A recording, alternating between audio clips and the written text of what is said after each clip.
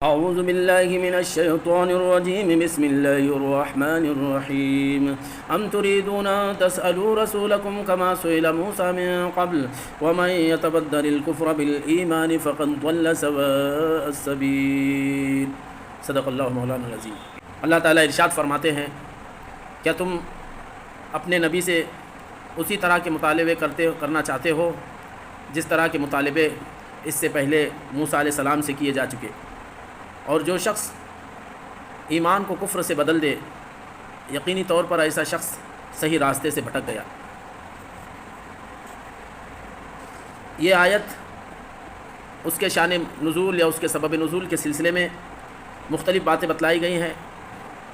یہودیوں اور بنی اسرائیل سے خطاب کے دوران اس آیت کا نزول یہ بتلاتا ہے کہ اہل کتاب نے نبی پاک صلی اللہ علیہ وسلم سے اس طرح کا کوئی بیجا کا مطالبہ کیا جس طرح بنی موسیٰ علیہ السلام سے کیا گیا تھا۔ چنانچہ آتا ہے بعض روایت میں کہ انہوں نے آپ صلی اللہ علیہ وسلم سے مطالبہ کیا کہ آپ ہم پر ایک ایسی کتاب اتاری ہے جیسے موسیٰ علیہ السلام کو تورات عطا کی گئی تھی، یہ مطالبہ کیا۔ مفسر قرآن امام مجاہد رحمۃ اللہ علیہ سے منقول ہے کہ مکے کے مشرکین نے آپ صلی اللہ علیہ وسلم سے مطالبہ کیا کہ آپ ہمارے لیے کوہ صفا کو سونے کا بنا دیجئے اگر آپ سچے رسول ہیں۔ ان سے کہا گیا کہ آپ کا مطالبہ منظور، لیکن آپ کے ساتھ بھی اگر آپ اللہ کی دی ہوئی نعمت میں اگر ناشکری کرو گے تو آپ کا انجام بھی وہی ہوگا اہل مائدہ کا ہوا تھا، یعنی دسترخوان جن پر اترا تھا آسمان سے، اور انہوں نے اس کی ناشکری کی تو اللہ نے ان کی صورتوں کو مسخ کر دیا، تو ایسا ہی انجام تمہارا بھی ہوگا۔ تو اس پر وہ باز آ گئے۔ امام سدی اور قتادہ رحمۃ اللہ علیہ نے کہا کہ اس آیت کریمہ میں ایسے لوگوں کی مذمت کی گئی جنہوں نے آپ صلی اللہ علیہ وسلم سے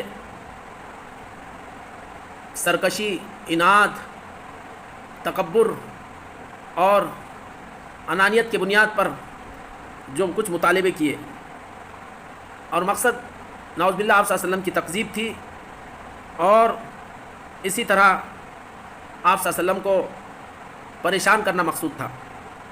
تو اس پر یہ آیت کریمہ نازل ہوئی ہے۔ سبب نزول چاہے جو رہا ہو، لیکن اس آیت کریمہ میں نبی پاک صلی اللہ علیہ وسلم سے زیادہ سوالات کرنے سے منع کیا گیا، اور ایسی چیزوں کے بارے میں سوال کرنے سے روکا گیا جو ابھی وجود میں نہیں آئی، جیسا کہ سورہ مائدہ کی آیت ہے، یا ایھا الذین آمنوا لا تسألوا عن اشیاء تبد لکم تسؤکم، کہ ایمان والو ایسی چیزوں کے بارے میں سوال نہ کرو کہ اگر وہ چیز کے بارے میں تم سے کو بتلا دیا گیا تو تمہارے لیے وہ بہتر نہیں ہوگا۔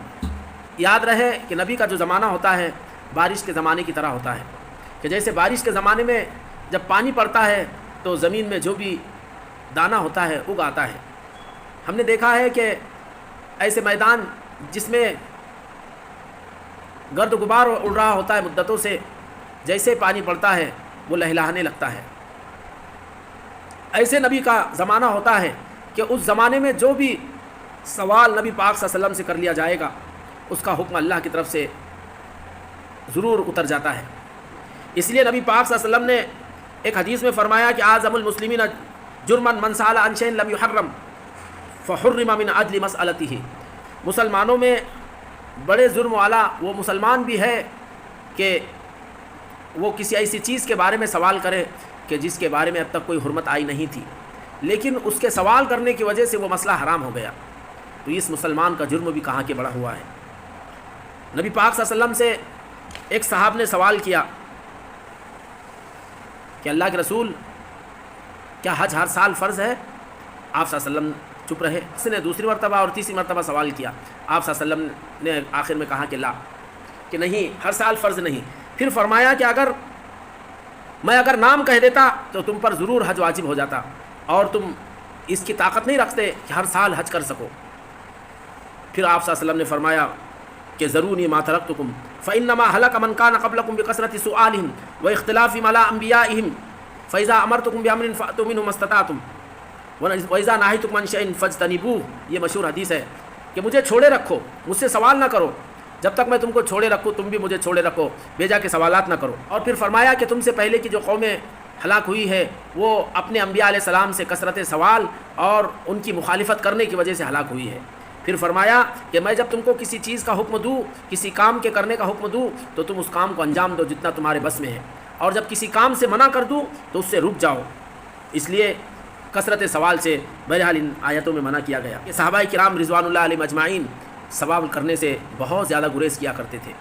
حضرت انس رضی اللہ عنہ سے منقول ہے کہ ان کی تمنا یہ ہوا کرتی تھی کہ ہماری موجودگی میں وہاں سے کوئی شخص جو عراب کا رہنے والا یعنی دیہات کا رہنے والا ہو وہ آئے اور نبی پاک صلی اللہ علیہ وسلم سے سوالات کرے اور ہم اس کو سنیں. یہ ہماری تمنا ہوتی اور ایسا ہوا ہے. کہا پھر اس کے واقعات انہوں نے سنائے پوری حدیث.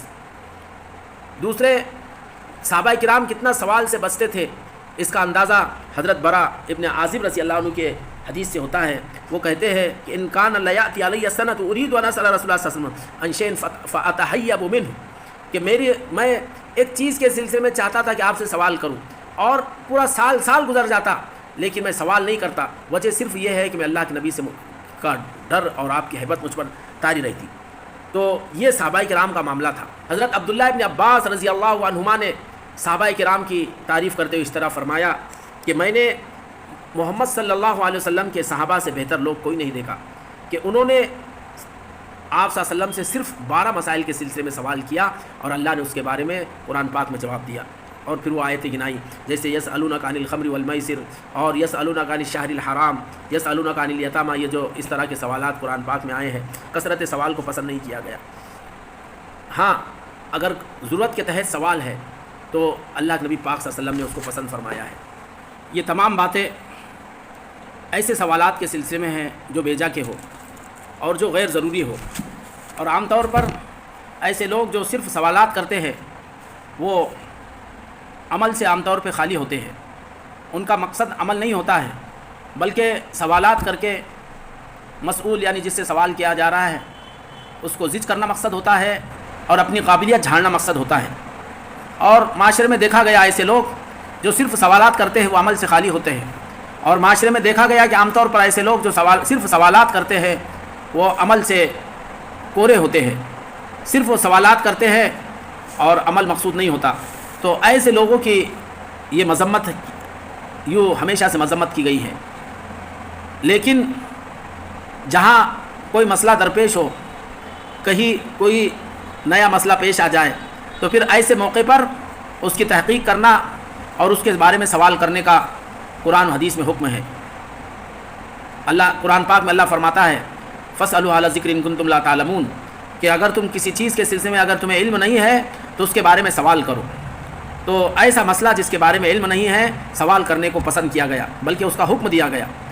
اور اللہ کے نبی پاک صلی اللہ علیہ وسلم کی بھی اس سلسلے میں حدیث ملتی ہے کہ آپ صلی اللہ علیہ وسلم نے اس طرح علمی سوالات کرنے اور ایسے ہی ضرورت کے تحت سوال کرنے کو آپ نے پسند کیا اور اس پر آپ نے ابھارا.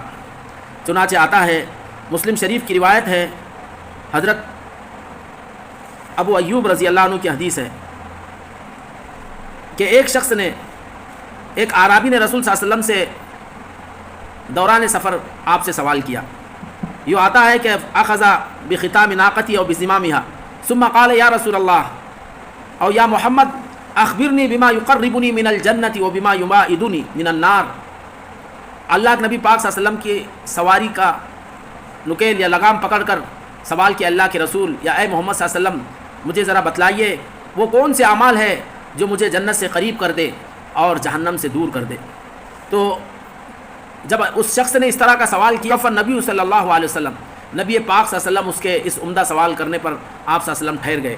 ثم نظر فی اصحابہ اور پھر صحابہ کو ادھر ادھر دیکھا تاکہ صحابہ بھی متوجہ ہو جائے اور پھر فرمایا ارشاد فرمایا کہ لقد افک او لقد ہدی ھذا کہ اس شخص کو توفیق مل گئی کہ صحیح سوال کرے یا اس شخص کی رہنمائی کی گئی. اور پھر آپ نے مزید اس شخص سے کہا کیف قلت کہ تم نے کیا کہا ذرا پھر سے اپنا سوال دہرا دو تاکہ صحابہ کرام بھی اس سوال کو سن سکے. تو کہتے ہیں فعاد اس شخص نے اپنے سوال کو دوبارہ دہرایا تو اس پر نبی پاک صلی اللہ علیہ وسلم نے فرمایا اس کا جواب دیتے ہوئے کہ تعبد اللہ ولا تشرک به شیئا وتقیم الصلاۃ وتؤتی الزکاۃ وتصل الرحم ودع الناقۃ. یہ حدیث کے الفاظ ہیں کہ تم اللہ کی عبادت کرو اللہ کے ساتھ کسی کو شریک نہ ٹھہراؤ تم نماز کو قائم کرو اور اگر اللہ نے مال دیا زکوٰۃ ادا کرو اور صلہ رحمی کرو. پھر آپ نے اس کے بعد فرمایا کہ ودع الناقۃ کہ یہ اعمال ہے یہ اعمال ہے کہ جس کو انجام دے کر آدمی جنت کے قریب جاتا ہے اور جہنم سے دور ہوتا ہے۔ اور پھر اس شخص سے کہا جس نے آپ کی لگام پکڑے ہوئے تھے آپ کی اونٹنی کی، کہ اونٹنی کی لگام کو چھوڑ دو۔ تو اچھا سوال کرنا اور علمی سوال کرنا یا ضرورت کے تحت سوال کرنا یہ ممنوع نہیں ہے، بلکہ اس کو پسند کیا گیا ہے۔ اس لیے ہمیشہ آدمی کی یہ کوشش ہو کہ بیجا کے سوالات نہ ہو۔ جو قومیں صرف بیجا کے سوالات کرتی ہے وہ عمل سے دور ہوتی ہے، لیکن جو شخص کسی درپیش مسئلے کو حل کرنے کے لیے یا اپنی علمی پیاس بجھانے کے لیے اگر کوئی سوال کرتا ہے تو یہ محبوب اور مرغوب عمل ہے۔ یہ ہمیشہ یاد رہنا چاہیے۔ بہرحال بیجا کے سوالات سے منع کیا گیا، ضرورت کے تحت سوال کرنے کو پسند کیا گیا۔ اللہ تعالیٰ ہمیں علم کی محبت نصیب فرمائے، علم پیاس ہمارے اندر پیدا فرمائے، اور ہمیں اللہ صحیح علم حاصل کرنے اور صحیح علم پر اللہ تعالیٰ ہمیں علم حاصل کرنے اور اس کی راہ میں جد و جہد کرنے کی اللہ توفیق نصیب فرمائے، اور جو علم عطا کرے اللہ اس پر عمل کی توفیق بھی نصیب فرمائے۔ آمین۔ وآخر دعوانا الحمد للہ رب العالمین۔